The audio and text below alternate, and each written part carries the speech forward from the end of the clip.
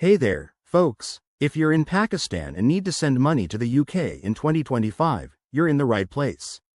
Whether it's for supporting family, paying for education, or handling business, I'll walk you through the process step by step. This guide is all about making it simple, secure, and cost-effective. First things first, why 2025?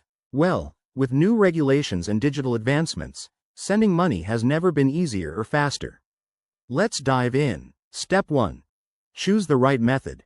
Options like Wise, Western Union, or even your local bank are popular.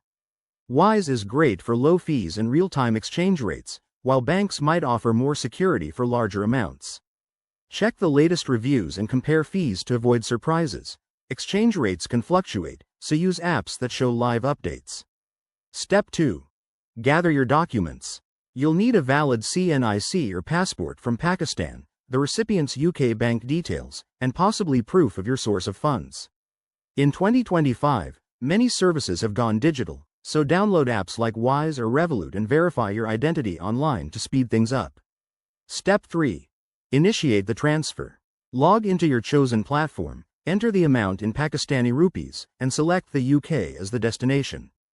Double-check the exchange rate and fees before confirming. Aim for services that convert at the mid-market rate to save money.